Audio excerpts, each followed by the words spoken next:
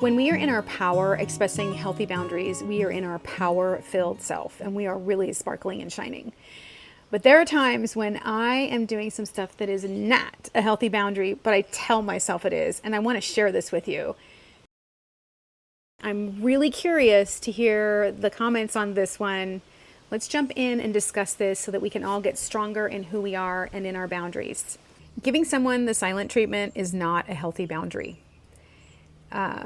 I've really been thinking about this, and I know that some of you fall into this trap just like I do, where it's a protective mechanism, where when I've allowed myself to be pushed too far in something,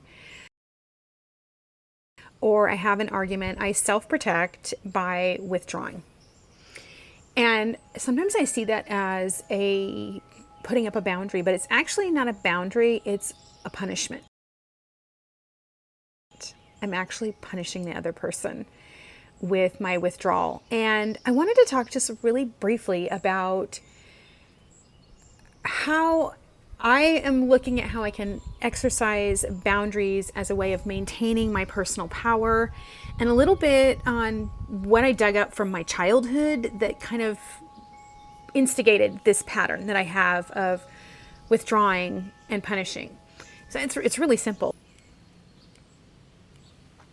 When I was a kid, I grew up with a parent who was very performance oriented, and I think a lot of parents do this. I mean, I know I did this to my kids too, like trying to get them to do things. And this parent, when I didn't meet the expectation, they would withdraw their love.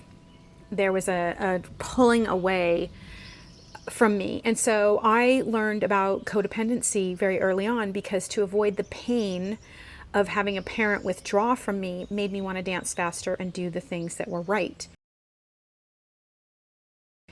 And so a lot of times when I get into an argument, say with my husband, this is probably where I do it the most, honestly. I don't do it so much with anyone anymore, but I catch myself kind of withdrawing. Maybe they don't know that I'm withdrawing from them because I correct myself quickly. But so I get into an argument with my husband, and I'm deeply triggered because there's a couple things happening for me. There's a sense of things not working out and a need to self-protect.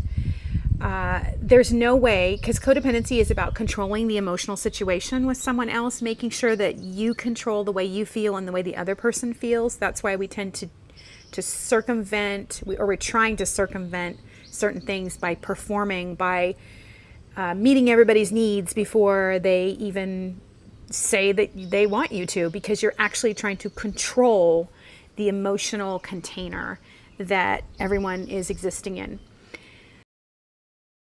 So this codependent self will rise up and want to control. And then there's the broken child within me that's like, ooh, I'm feeling as though I've done something wrong because this is making me physically uncomfortable. I'm having an emotional reaction to something that doesn't feel good. And I've got to self-protect by withdrawing. I have to withdraw from the situation. But here's the kicker.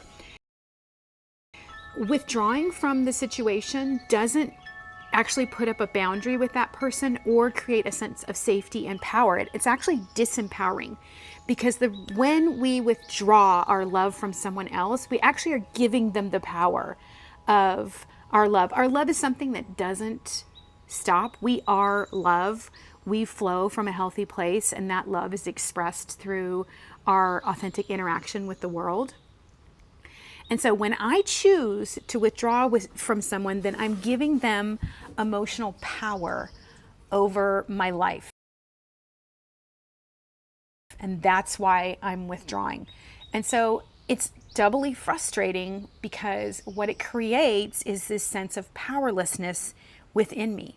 Loving relationships are actually built on the exchange of love that comes, and we trust the other person because that love is steady. So when I choose to do that, I actually damage my relationship, and I'm not getting what I want out of it. It's just kind of an autopilot. So I'm personally getting better at recognizing when I'm choosing to run away.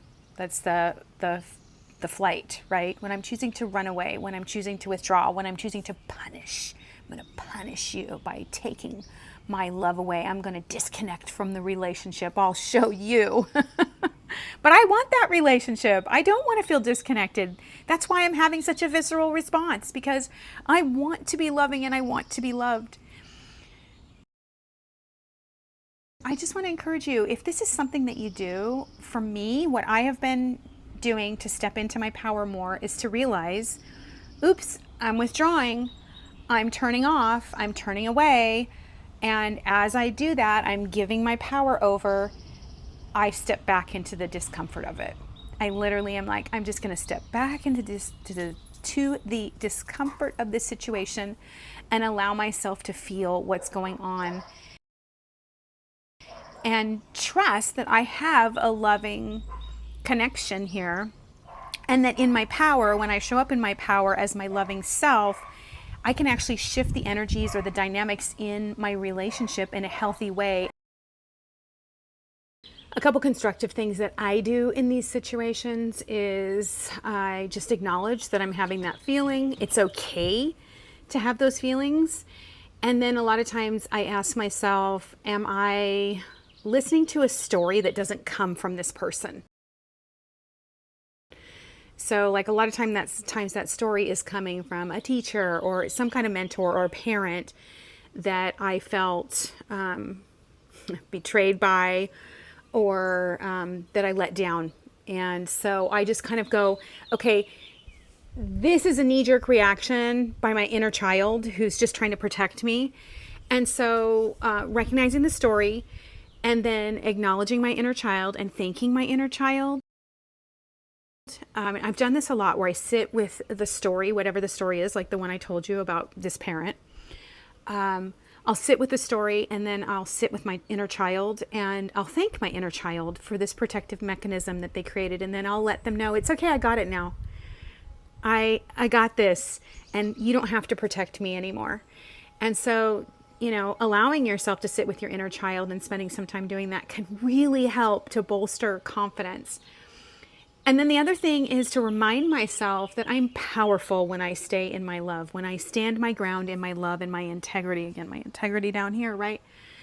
When I allow myself to just be authentic in my feelings, not feeling like I have to be someone else in the moment, because there's a bypassing that's going on whenever I retreat like that. So just acknowledging that and being okay, and then saying, I really am powerful when I stand in this moment and I allow myself to have these feelings. And then in the moment, and sometimes I verbally say, I need some space to process this. I'm feeling overwhelmed. That's okay too. That's not running away. That's not withdrawing my love. That's not punishing the other person. That's allowing myself to own my stuff so I can come back together with them in a loving way. And a lot of times by doing that, I will go away and say, whoa, I was being triggered by something that was going on there. And it actually is not that person. It's that old story. When we live from our integrity, we stand in our power, and our power, it doesn't keep us safe. It keeps us honest, and it keeps us present. And the only moment we have is the present moment. And the only moment you have to work your magic, to sparkle and shine, is in this moment right now. So being present with it and knowing that sometimes we sparkle when we're sad. Sometimes, we shine when the best we can do is stand our ground.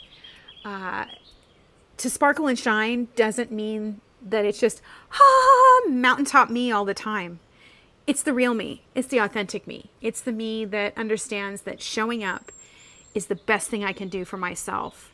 Being honest is the best thing that I can do for myself. And I really shine and change things and shift the energies when I allow that to happen.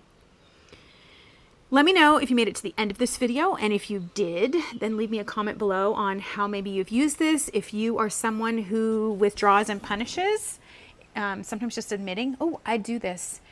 And then if you're going to try any of these, or if you tried something else, some other thing, please share with everybody what's working for you. When we share as a community, we really grow as a community. And until we meet again, may you have the bravery to stand your ground and be who you are in the moment, knowing that your power is found right there. Sparkle and shine. I know that you're curious, I know that you're strong, but life can be furious and things can go wrong.